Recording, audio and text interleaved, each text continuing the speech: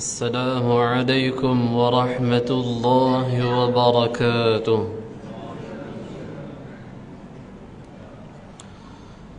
أعوذ بالله من الشيطان الرجيم. بسم الله الرحمن الرحيم. نحمده ونصلي ونسلم على رسوله الكريم. أما بعد. Alhamdulillah, thumma alhamdulillah. InsyaAllah akan kita sambung pembahasan kitab muzakarah kita, iaitu kitab yang berjudul ataupun kitab yang bertajuk Bustanul Arifin, karya ataupun karangan Al-Imam An-Nawawi rahimahullah ta'ala.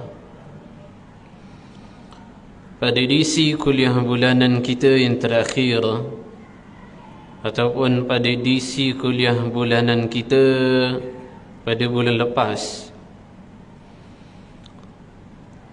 Al-Imam An-Nawawi rahimahullah menyebutkan di dalam muqaddimahnya, kata Al-Imam An-Nawawi rahimahullah, seorang hamba yang Allah inginkan kebaikan pada dia, seorang hamba yang Allah mencintai dia, maka Allah akan memberikan haqiqatul ilm. Allah akan menganugerahkan kepadanya hakikat ilmu. Nabi sallallahu alaihi wasallam bersabda, "Man yuridillahu bihi khairan yufaqihu fid din." Barang siapa yang Allah inginkan kebaikan pada seorang hamba, maka Allah berikan kefahaman ilmu kepadanya. Nabi sallallahu alaihi wasallam tidak bersabda kalau Allah nak seorang itu jadi baik, Allah mewahkan kehidupan dia, Allah banyakkan duit dia, Allah besarkan rumah dia, Allah mahalkan kenderaan dia. Tak. Tapi janji yang dijanjikan oleh Nabi sallallahu alaihi wasallam bagi seorang yang Allah nak dia tu jadi baik, maka Allah akan pandukan dia dengan tafahum ilm. Allah akan berikan kefahaman ilmu kepadanya. Imam Ahmad ibn Hanbal rahimahullahu ta'ala mengatakan, tidaklah Allah menganugerahkan ilmu kepada seseorang melainkan kerana Allah kasih kepada hamba tersebut. Tidaklah Allah gerakkan hati seorang hamba untuk dia menuntut ilmu, dan ilmu yang dia menuntut tersebut Allah berikan kefahaman ilmu kepada dia, melainkan kerana Allah suka kat dia, kerana Allah sayang kepada dia. Di antara nikmat yang kadang lupa kita nak syukur kepada Allah adalah nikmat memahami sesuatu ilmu. Itu di antara, kata orang muda, bapak nikmat tu. Wow. Itu di antara yang kadang nikmat yang besar kita nampak macam alah biasa-biasa je. Bila kita akan nampak ilmu tu besar ketika penceramah yang famous datang. Wah, kita rasa ilmu yang kita dapat, Masya Allah, nikmat. Apa benda fikiran macam tu? Mana-mana ilmu yang kita pelajari dan Allah berikan kefahaman dalam majlis ilmu tersebut, itu tanda Allah menzahirkan sayang Allah kepada kita. Maka Nabi sallallahu alaihi wasallam telah diarahkan oleh Allah, telah diperintahkan oleh Allah dalam firman Al-Quran, dalam firman Allah dalam Al-Quranul Karim. Allah subhanahu wa ta'ala menyuruh Nabi sallallahu alaihi wasallam supaya berdoa kepada Allah dengan doa, Allahumma rabbi zidna ilma, Allahumma rabba zidna ilma, Allahumma rabbi zidna ilma. Ya Allah, tambahkanlah ilmu kepadaku. Maka kita memperbanyakkan doa Allahumma rabba zidna ilma. Dan dalam ayat Quran tersebut warzuqna fahma. Ya Allah, tambahkanlah ilmu dan juga berikanlah kefahaman ilmu. Kenapa tafahum ilm? Kefahaman ilmu kerana tak cukup sekadar seseorang menuntut ilmu, dan dia perlu faham terhadap ilmu yang dia pelajari. Maka di antara doa yang saya doa biasa sebelum kuliah dalam perjalanan adalah, ya Allah, jadikanlah lidah saya yang kau gerak ya Allah untuk menyampaikan ilmu. Seperti mana engkau mudahkan untuk aku fahami satu ilmu, kau berikanlah juga ya Allah orang yang mendengar kemudahan kefahaman ilmu yang ku faham, mereka juga mudah faham seperti mana engkau berikan kemudahan kefahaman ilmu kepadaku ya Allah. Dan Imam An-Nawawi rahimahullah mengatakan seorang yang Allah berikan kepada dia hakikatul ilm, hakikat ilmu, maka dia akan bertindak dengan tindakan zuhud terhadap dunia. Itu first Imam An-Nawawi sebut dalam muqaddimah. Tidaklah seorang Allah berikan kepada dia hakikatul ilm melainkan tindakan first dia adalah zuhud terhadap dunia. Apa zuhud terhadap dunia? Tak ada selera untuk hidup bermewah-mewah. Jadi selagi mana seorang menuntut ilmu ada perasaan suka kepada kemewahan, itu tanda dia memiliki ilmu, tapi hakikat ilmu dia tak miliki. Jadi orang alim, orang berilmu adalah hakikatul ilm, hakikat ilmu. Rawahu Ahmad fi Musnad, hadis yang diriwayatkan oleh Imam Ahmad dalam kitabnya Musnad. Nabi sallallahu alaihi wasallam bersabda, barang siapa seorang yang beriman yang dia dikasihi oleh Allah, maka Allah akan memelihara dia daripada kemewahan hidup, kemewahan dunia. Meskipun dia amat mencintainya, walaupun dia suka dengan kemewahan hidup. Seperti mana salah seorang di antara kamu menjaga orang sakit, kamu akan jaga makan minum yang boleh memudaratkan dia. Apa maksud hadis ni? Maksud hadis ni, ada orang dia nak hidup dia tu mewah, macam-macam dia usahakan, namun Allah gagalkan kesemua usaha tersebut. Allah hampakan kesemua usaha tersebut. Allah kecewakan kesemua usaha tersebut, sehingga akhirnya selama dia hidup, quta, selama dia hidup dia cukup-cukup makan je. Kenapa? Kerana Allah menzahirkan kecintaan Allah kepadanya.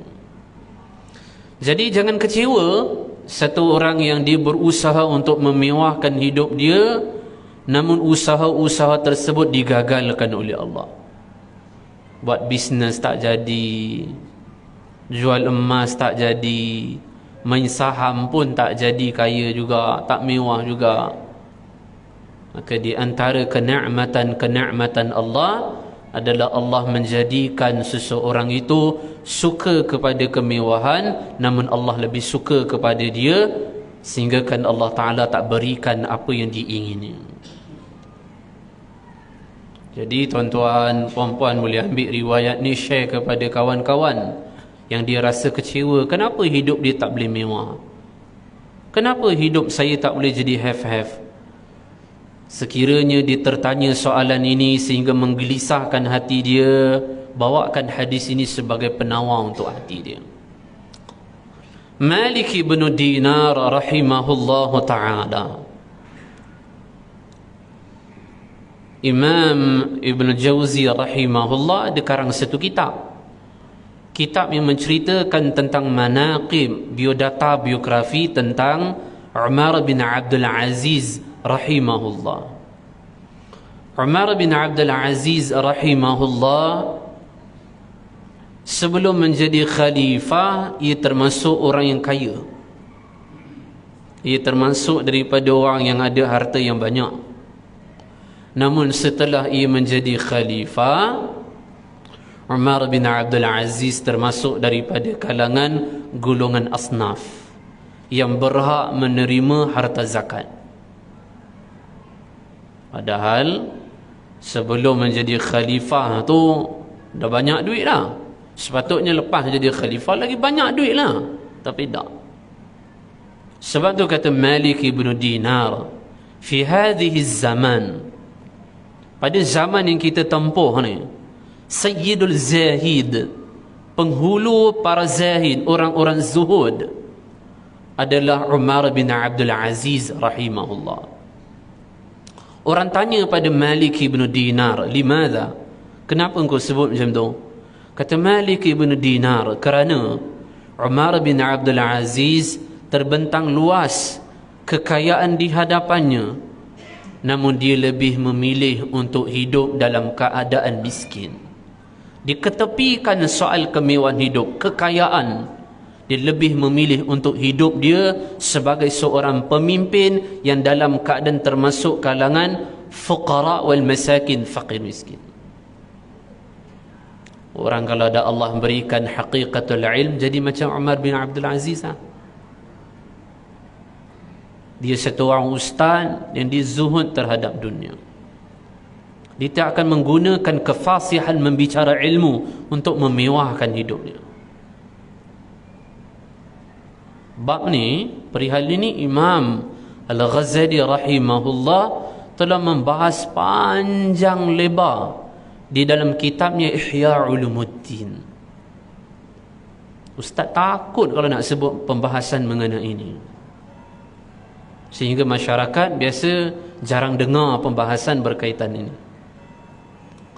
Hadirin hadiran, tuan-tuan dan juga puan-puan yang dirahmati oleh Allah, Malik ibn Dinar, Imam Ibn Jauzi rahimahullah dalam karyanya Minhajul Qasidin wa Mufidus Sadiqin, ketika membicarakan perihal izhad fid dunya, zuhudlah kamu terhadap dunia, Malik ibn Dinar rahimahullah kata, seberapa besar dari dalam hati kamu memiliki kesedihan terhadap urusan duniawi, maka sebesar itu pula kesedihan soal ukhrawi, akhirat, akan Allah keluarkan dari hati kamu. Sambungan, seberapa besar dalam hati kamu ada kesedihan, kegelisahan, ketakutan soal akhirat, maka sebesar itu pula dalam hati kamu akan Allah keluarkan kesedihan soal urusan duniawi. Anda faham apa maksud Malik ibn Dinar ni? Malik ibn Dinar rahimahullah kata, kalau dalam hati kita ada banyak kesedihan soal urusan duniawi, kita tanya kawan, awak kenapa sedih? Yalah sedih tengok orang lain boleh ada banyak duit, saya ni sikit duit. Orang lain boleh pakai kereta yang mahal, saya pakai kereta yang murah aja. Orang lain ada banglo 2-3 tingkat, 2, 3, 4, 5 biji, saya duduk rumah sewa hanya 2 bilik saja, dan sebagainya lah. Macam ni punya kesedihan yang wujud di dalam hati dia. Kalau wujud, kesedihan-kesedihan ini akan tendang keluar dalam hati kita yang terlebih awal ada kesedihan soal akhirat. Kalau macam ni punya kesedihan ada, kesedihan kerana duniawi, tak patut awak sedih pun. Kalau awak wujud kesedihan ini dalam hati, pada awalnya mungkin ada kesedihan kerana akhirat, lama kelamaan akan berkurang nanti. Jahatnya kesedihan kerana urusan duniawi, dia menghilangkan kesedihan soal akhirat dalam hati. Contoh, sebelum ni biasa dia ada sedih kalau tinggal salat tahajud. Biasanya dia adalah. Tapi setelah dia memasukkan dalam hati dia kesedihan kerana urusan duniawi, kesedihan kerana urusan akhirat akan berkurang. Takkan ada dah lepas tu kesedihan kerana tinggal tahajud, takkan ada. Sebelum tu dia akan ada rasa kesedihan, kenapalah si salat mesti lambat.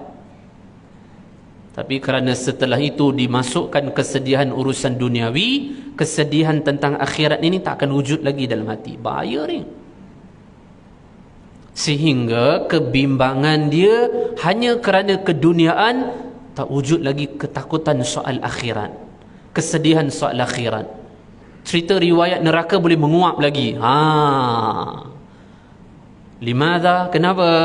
Banyaknya hati dia tu ada banyak kesedihan kerana perkara yang tak layak nak disedihkan, iaitu sedih terhadap urusan duniawi. Nanti saya share satu riwayat mengenai seorang sahabiah. Malik ibn Dinar rahimahullah kata, kalau orang tu ada kesedihan, ketakutan, keresahan soal akhirat dalam hati dia, nanti kesedihan soal duniawi akan tendang keluar nanti, akan dikeluarkan oleh Allah. Persoalannya macam mana saya nak ada kesedihan, keresahan, ketakutan soal akhirat? Pertama, membaca riwayat tentang mati su'ul khatimah.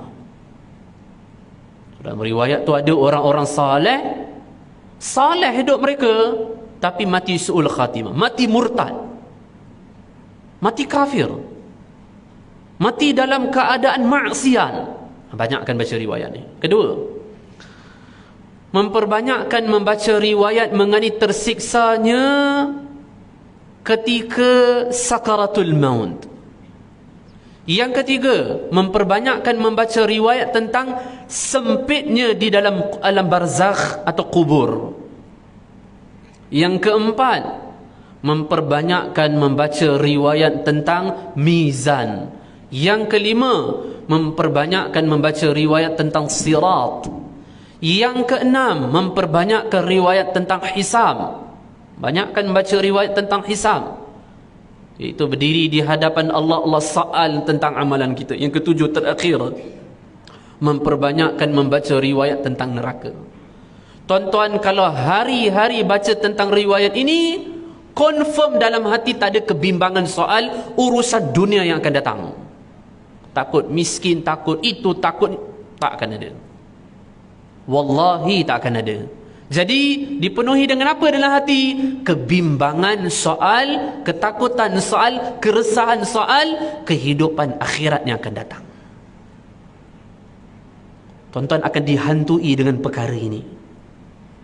Kenapa orang takut soal dunia yang akan datang? Kerana dia dimomokkan, ditakutkan tentang kemiskinan, kemelarataan, sehingga dia takut nak menempuh dunia yang akan datang. Sehingga dalam hati tak ada ruang untuk takut terhadap kehidupan akhirat yang dia akan tempuh. Sehingga tak ada. Rawahu Ibnu Majah fi Sunan. Hadis sahih. Riwayat Imam Ibnu Majah dalam kitabnya Sunan. Faham oleh hadis ni? Nabi sallallahu alaihi wasallam bersabda yang mafhumnya, barang siapa menjadikan tujuan hidup dunianya adalah dunia, barang siapa menjadikan matlamat tujuan hidup dunianya adalah dunia, maksud dia adalah dihidup di dunia semata-mata memikirkan soal kemewahan hidup, macam akhirat tak akan ditempuh. Ini je difikirkan dan diusahakan, maka akan Allah berikan 4 hal kepada dia. Pertama, Allah letakkan kegelisahan dalam hati dia. Allah letakkan keresahan dalam hati dia. Nampak macam pakai kereta mahal dah. Nampak macam kereta mahal 2, 3, 4, 5 biji dia ada. Nampak macam bisnes terlajak laris. Nampak macam banglo 3 tingkat 5 biji ada. wallahi, saya sumpah dengan nama Allah, melalui hadis ini dia hidup dalam keadaan berpura-pura gembira, seronok, padahal hati dia dipenuhi dengan keresahan. Orang macam ni dia tak cari kebahagiaan hidup, tapi dia cari keseronokan hidup, sedangkan keseronokan hidup hanya sementara. Pertama, dia akan diletakkan oleh Allah pada hatinya keresahan, kegelisahan. Kedua, Allah meletakkan kefakiran di kedua kelopak matanya. Allah. Tuan-tuan, orang rasuah, cuba tuan-tuan tengok ni. Puan-puan. Orang rasuah ni, tuan-tuan perhati tengok betul-betul saya cakap. Orang yang rasuah kebiasaannya, dia memiliki gaji bulanan yang besar tau. Tuan-tuan tengok betul-betul tengok saya cakap. Kebanyakan orang rasuah ni, gaji bulan dia dah besar dah tu, banyak. Kalau kita ambil gaji 1 bulan, kita tak kerja 5 tahun, kita boleh makan gaji 1 bulan dia. Itu pun dia rasuah lagi. Kenapa? Dia mencari harta yang banyak lagi, kerana Allah sudah meletakkan kefakiran di kedua kelopak mata dia. Sentiasa nampak macam miskin je dia.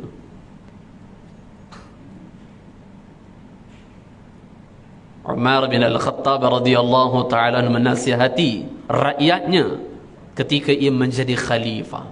Apa kata Sayyidina Umar?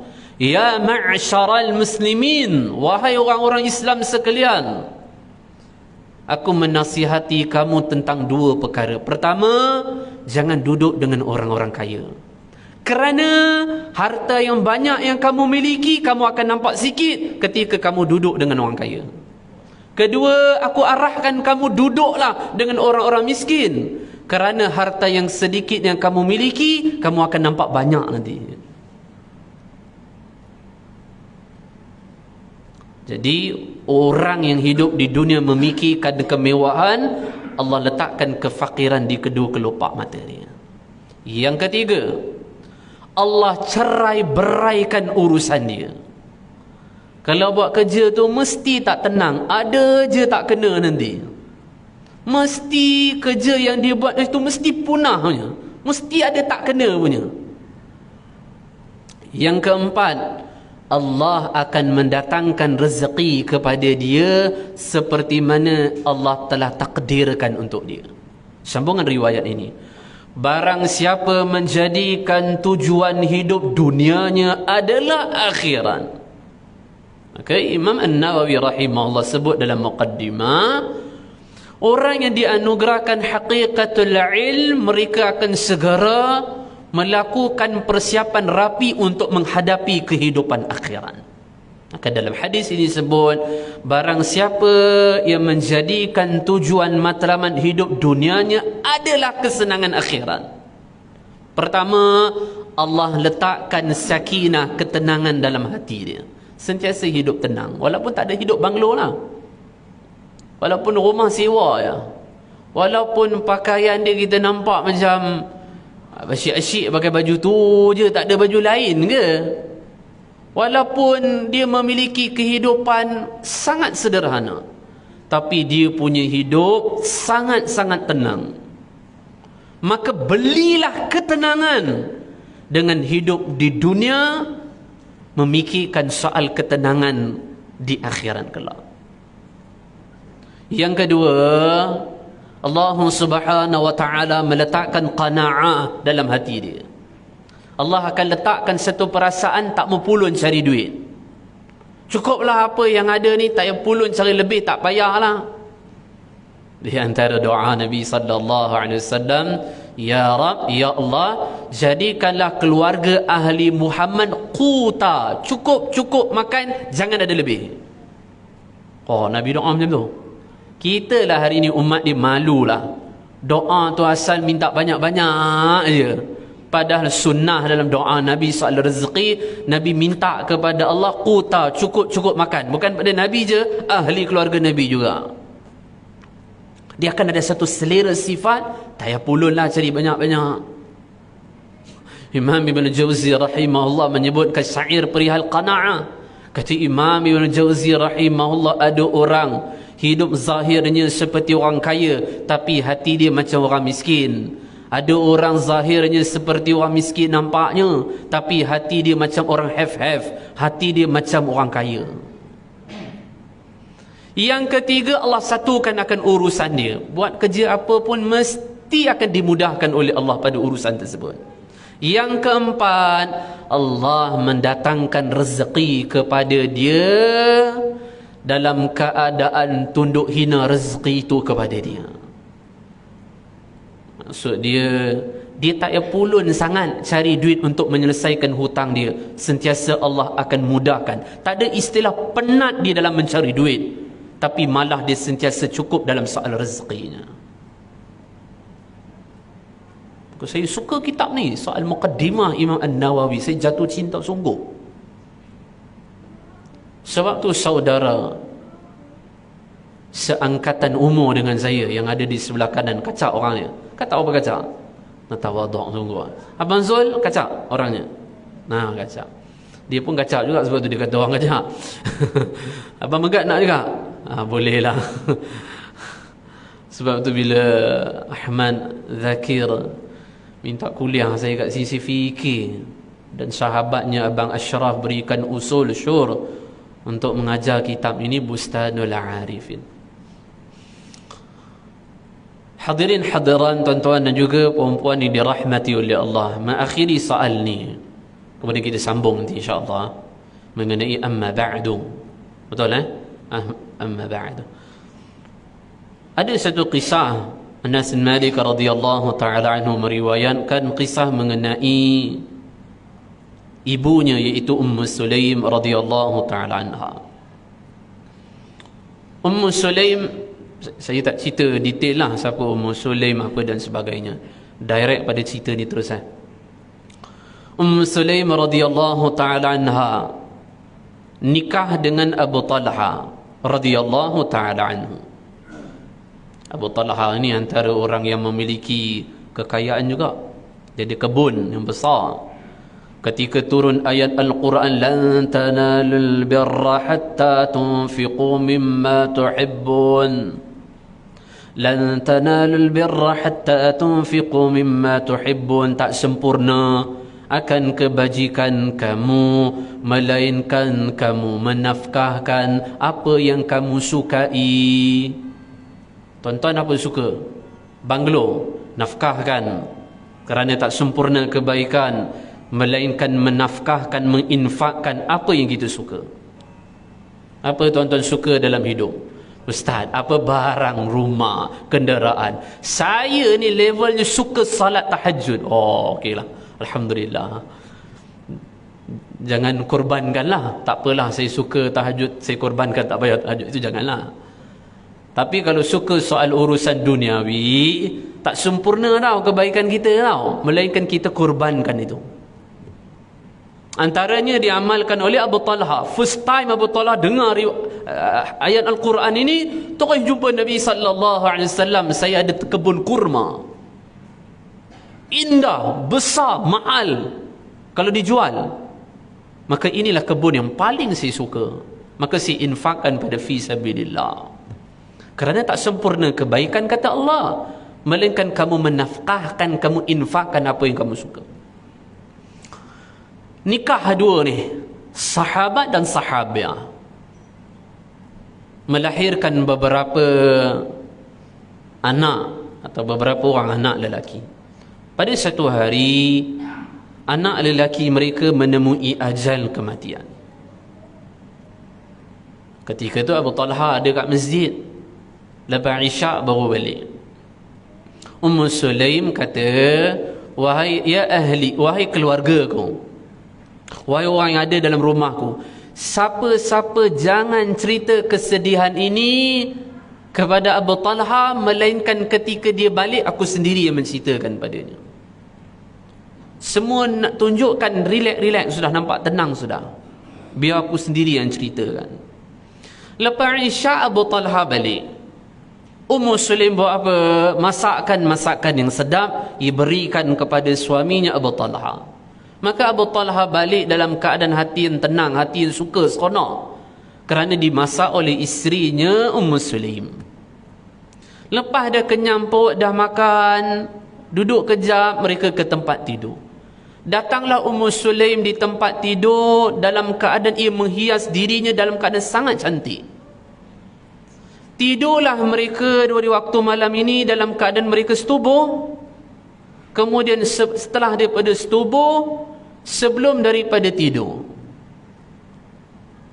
Ummu Sulaim, hadis sahih riwayatnya, Ummu Sulaim radhiyallahu ta'ala tanya, wahai suamiku Abu Talha, apa pandangan kamu terhadap satu jamaah, satu rombongan kafilah, yang mana rombongan jamaah ini mereka bergerak dan mereka menitipkan satu barang pada satu rumah, ataupun mereka letakkan satu barang, mereka suruh satu tuan rumah ni, satu rumah ni jaga barang tu. Pada sekian lama telah berlalu, rombongan jamaah ini pergi jumpa tuan rumah ni, minta balik barang mereka, namun mereka enggan memberinya, mereka tak mau bagi. Boleh tak macam tu? Kata betul lah, tak boleh. Itu hak mutlak miliknya rombongan tadi, mesti kena dipulangkan semula. Maka kata Ummu Sulaim, begitulah wahai Abu Talha, carilah pahala yang besar di sisi Allah dengan kematian putera. Moral of the story itu apa nak disampaikan kat sini?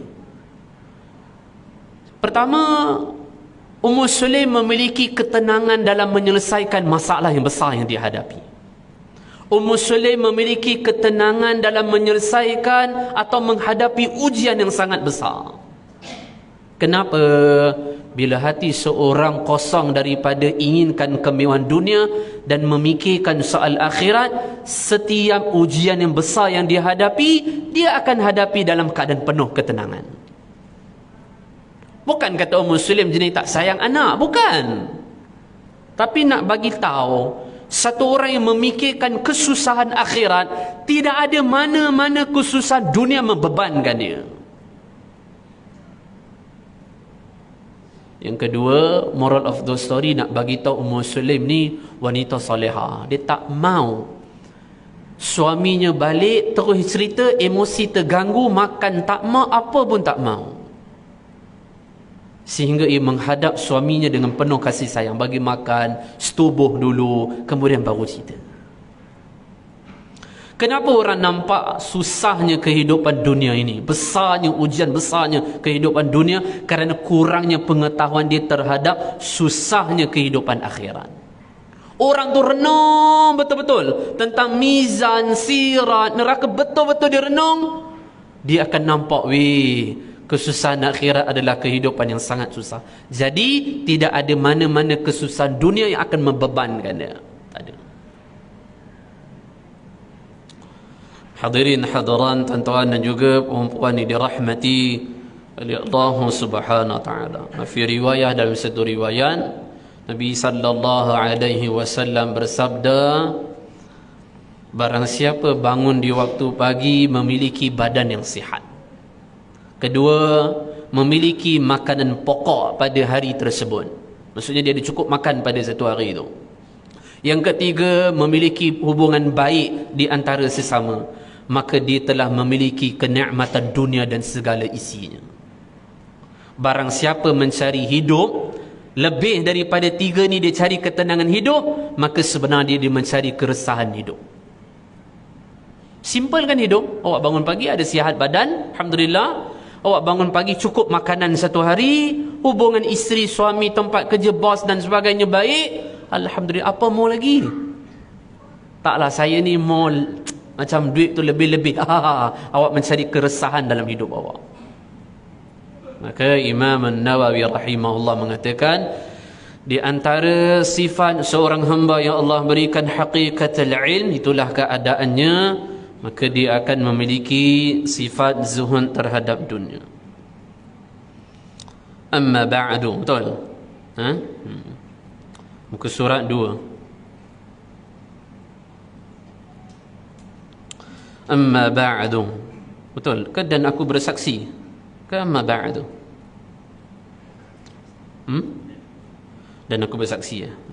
Bismillahirrahmanirrahim. Qala muallif rahimahullahu ta'ala wa qala musannif rahimahullahu ta'ala, Berkata pengarang kitab Al-Imam An-Nawawi rahimahullah, dan aku bersaksi bahawa penghulu kita Muhammad itu sallallahu alaihi wasallam hamba Allah dan Rasulnya dan juga kekasihnya yang telah dipilih dari kalangan hamba-hambanya.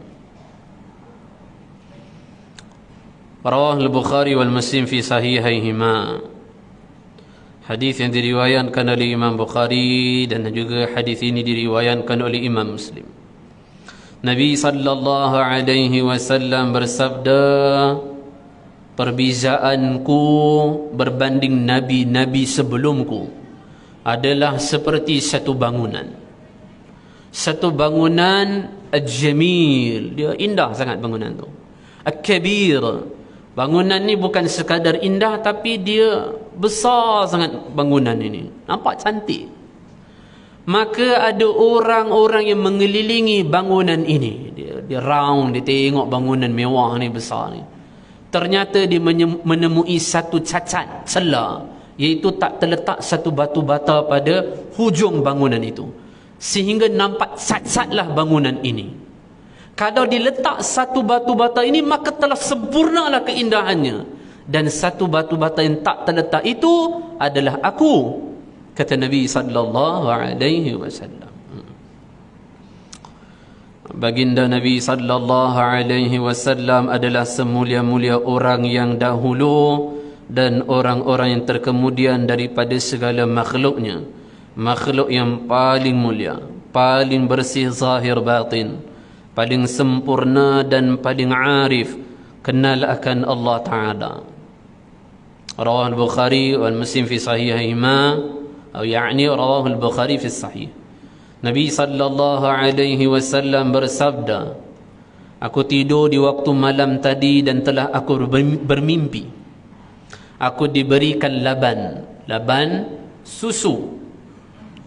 Di hadapanku ada bekas laban susu, sehingga aku meminumnya dalam keadaan seolah-olah di dalam badanku dipenuhi dengan susu. Kemudian bekas minuman susu tersebut masih ada sisa sedikit, dan diarahkan padaku untuk memberikan minuman, bekas susu minuman ini diberikan kepada orang yang ada di hadapanku. Ternyata orang di hadapanku tu siapa? Umar bin Al-Khattab radhiyallahu ta'ala. Sahabat minta takwil mimpi, apa maksud mimpi ini? Nabi sallallahu alaihi wasallam bersabda, al-laban al-ilm. Laban susu tadi itu adalah ilmu. Maka tidak ada manusia yang paling berilmu melebihiku. Maka Imam Nawawi kata, yang paling terkenal pada Allah, yang paling tersangatan kenal pada Allah adalah Nabi sallallahu alaihi wasallam. Dan Nabi sallallahu alaihi wasallam bersabda, yang paling sangat bertakut kepada Allah adalah, tidak ada yang melebih berbanding diriku. Dan di kalangan umatku adalah Umar bin Al-Khattab radhiyallahu ta'ala anhu, yang paling kenal akan Allah Ta'ala dan yang paling bersangatan takut akan Allah Ta'ala. So hadis tadi tu yang laban tadi tu kan Nabi sebut dalam satu riwayat hadis tu lah, yang paling sangat kenal pada Allah, yang berilmu dan yang sangat bersangatan takut akan Allah, dan yang paling bersangatan takwanya. Baginda Nabi sallallahu alaihi wasallam adalah hamba Allah Ta'ala yang paling bersungguh-sungguh dalam beribadah dan bertakwa. Sehingga dalam riwayat, salatnya Nabi sallallahu alaihi wasallam sehingga dalam keadaan bengkak kakinya. Kerana Nabi sallallahu alaihi wasallam paling bersungguh-sungguh dalam ibadah dan takwanya kepada Allah. Azan.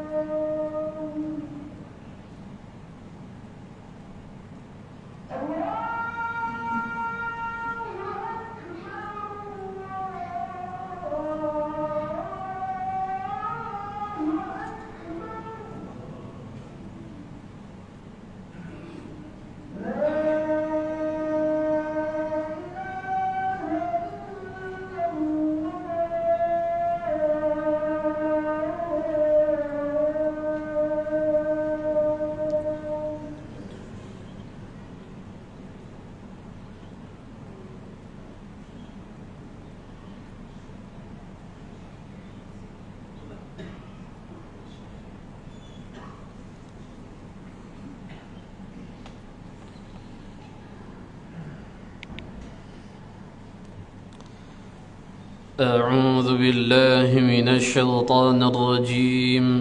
بسم الله الرحمن الرحيم. نحمده ونصلي ونسلم على رسوله الكريم، أما بعد. قال مؤلف رحمه الله تعالى، أو قال مصنف رحمه الله تعالى. Telah berkata pengarang kitab, yaitu Imam An-Nawawi rahimahullah, moga-moga rahmat Allah Ta'ala ke atasnya. Baginda Nabi sallallahu alaihi wasallam adalah hamba Allah Ta'ala yang paling bersungguh-sungguh dalam beribadah dan bertakwa, dan paling zuhud, dan yang paling agung akhlaknya, dan yang bersangatan kasih sayang dan lemah lembut bagi sekalian mukmin. Nabi sallallahu alaihi wasallam manusia yang paling zuhud terhadap dunia. Saya dah kongsikan beberapa riwayat perihal zuhud Nabi pada kuliah ataupun ceramah Maulidur Rasul pada tahun ini di surau tuan-tuan ya, perempuan. Kalau tak tahu boleh tanya Ahmad Zakir lah, riwayat apa tu zuhud Nabi tu macam mana. Dan memiliki akhlak yang begitu agung. Di antaranya adalah soal kasih sayang dan lemah lembut Nabi pun saya juga ada telah share.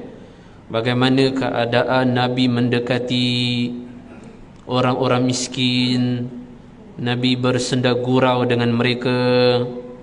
Antara riwayat dalam Sahih Bukhari, Nabi sallallahu alaihi wasallam bersabda, sebenarnya ketika salat tadi aku nak panjangkan, aku nak lama di dalam salatku tadi, nak baca surah yang panjang, tapi telah terdengar olehku tangisan anak kecil di belakang, sehingga aku mengetahui keadaan ibunya yang akan gelisah ketika itu, maka aku pun mempercepatkan akan salat. Itu di antara bentuk kasih sayang Nabi sallallahu alaihi wasallam. Begitu juga bentuk kasih sayang Nabi dengan cucu Nabi Hasan dan Husain. Semoga salawat dan salam sejahtera daripada Allah Ta'ala sentiasa tercucur kepadanya, pada Nabi sallallahu alaihi wasallam. Maka memperbanyakkanlah kita selawat kepada Nabi sallallahu alaihi wasallam. Dalam kitab Al-Bidayah wan Nihayah karangan Al-Imam Al-Hafidh Ibn Kathir, kitab ni ada 22 jilid. Nama pun Al-Bidayah wan Nihayah. Apa maksud Al-Bidayah? Permulaan, wan Nihayah akhir. So yang terakhir dalam grup saya kecoh mengenai Ibn Sayyad. Ahmad Zakir kena kenal lah kan Ibn Sayyad. Ibn Sayyad ni nak dihukum macam mana ni? Dia dajjal ke tidak orang ni? Kedua, Ibn Sayyad di antara perbincangan ulama, boleh dikategorikan sahabat ataupun tidak? So antaranya dipincang panjang oleh Imam Ibn Kathir dalam kitab ni. Itu satu. Yang kedua, apa lagi topik hangat? Nabi Khadir alaihi salam, Nabi Khadir masih wujud lagi sampai sekarang ke tidak? Apakah keberadaannya satu mitos ataupun tidak? Sebaliknya. Itu pun Imam Al-Hafidh Ibn Kathir ada bahas dalam kitab ni. Dalam kitab ni saya sebut macam tadilah, Al-Bidayah wal Nihayah, awal akhir. Cerita soal keduniaan peperangan Nabi yang berlaku di Azerbaijan dan sebagainya, peperangan semua komplit dicerita dalam kitab ni. Sampai akhirat pun diceritakan juga. Antaranya adalah pembahasan mengenai sirat. Nabi sallallahu alaihi wasallam bersabda, barang siapa yang memperbanyakkan selawat ke atasku, maka di akhirat akan kuberikan syafaat kepadanya. Tuan-tuan, antara syafaat apa maksud hadis ni? Dalam satu riwayat, dan satu riwayat dalam kitab ni juga, ketika seseorang melintasi sirat, Nabi sallallahu alaihi wasallam bersabda, malaikat akan melihat umatku melintas titian sirat, sehingga malaikat akan berdoa dengan, ya Ram sallim sallim, Rabbi sallim sallim, Rabbi sallim sallim, Rabbi sallim sallim. Satu riwayat pula, aku akan duduk di tepi sirat dan aku melihat bagaimana umatku melintas titian sirat, dan ketika itu aku akan berdoa kepada Allah, Allahumma sallim sallim, ya Allah selamatkanlah mereka, selamatkanlah mereka. Allahumma sallim sallim, Allahumma sallim sallim. Dan ramai di kalangan umatku tak akan terlepas ketika melintas titian sirat, melainkan mereka tergelincir dan di bawahnya adalah neraka. Sirat ni gelap. Ketika aku berdiri di situ, maka cahaya wajahku akan diambil oleh Allah, diberikan petunjuk jalan sirat bagi orang yang memperbanyakkan selawat ke atasku. Setelah ketiadaan nur di wajahku, akan Allah berikan cahaya lebih bercahaya lagi daripada sebelum itu. Maka barang siapa yang memperbanyakkan selawat padaku, maka Allah mudahkan dia melintas titian sirat.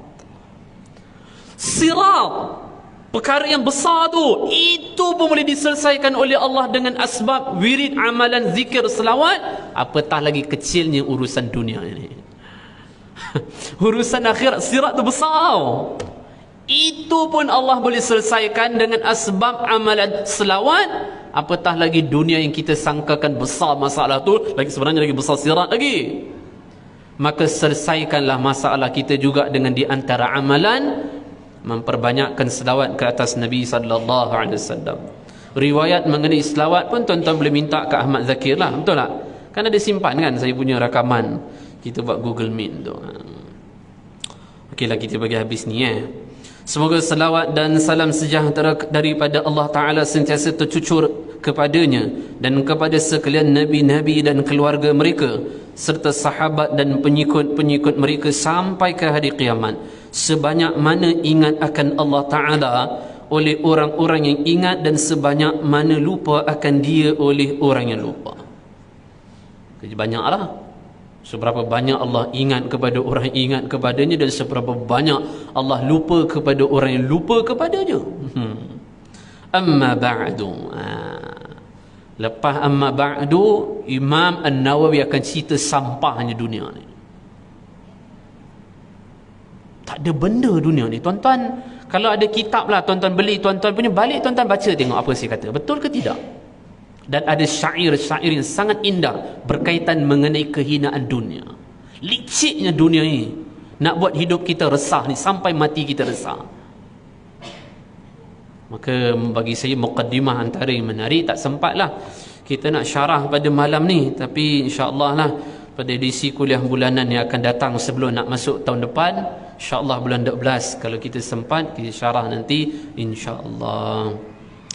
Hadirin hadirat, tuan-tuan puan-puan, sebelum mengakhiri kuliah, saya dengan rendah hati sangat mohon maaflah pada para jemaah. Andai kata sepanjang tempoh tadi si kuliah, mana tahulah ada kata-kata yang terguris perasaan hati tuan-tuan puan-puan, minta maaf sangat-sangat.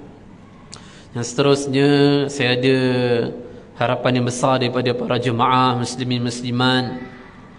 Itu saya ambil kesempatan untuk meminta sumbangan dan bantuan daripada para jemaah muslimin muslimat. Iaitu saya mengharapkan sumbangan dan bantuan berupa doa untuk saya, untuk isteri dan untuk anak saya. Seterusnya, apa yang kita muzakarah tadi, saya kira banyak beberapa ilmu yang kita dapat tadi. Kita doa pada Allah, moga Allah berikan kekuatan untuk kita amal, dan kita sampaikan pada orang yang tak hadir majlis bersama dengan kita. Nak duduk sini? Tak ada, gurau. Gurau. Kemudian tanamkan niat untuk bangun salat malam, salat tahajud. Zahirkan kecintaan kita pada saudara kita di Palestin. Saya dah ingat nak sebut, tapi tengok rida ke syal macam serbannya. Maaflah. Yang ada di depan saya, lebih saya menekankan lagi lah. Macam ni lah, kita manfaatkan semua sudut mustajab doa untuk doakan untuk mereka. Apa? Antaranya doa pada hari Jumaat. Doa ketika hujan turun pun kita doa pada mereka. Apa lagi mustajabnya doa ketika dalam salat sujud pun kita doa. Apa lagi? Dalam hadis sahih menyebutkan tahiyat akhir lepas selesai sebelum memberi salam. Itu antara mustajab doa juga tu.